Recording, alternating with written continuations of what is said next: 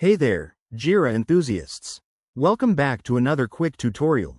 Today, we're diving into something that's super handy for keeping your projects organized. How to remove a subtask in Jira for 2025.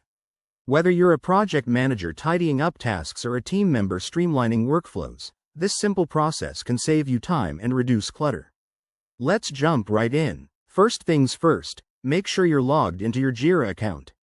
If you're new, head over to the Jira website and sign in with your credentials. Once you're in, navigate to the project that contains the subtask you want to remove.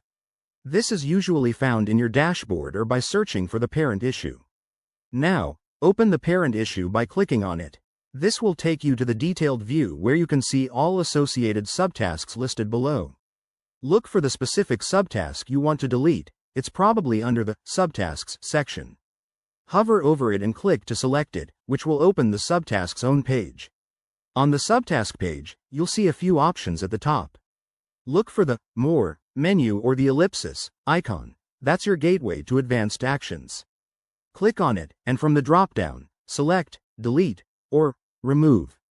Jira might prompt you with a confirmation dialog to ensure you really want to proceed, so double-check that you're deleting the right one to avoid any mistakes. After confirming, Jira will process the deletion, and poof, the subtask is gone from your project.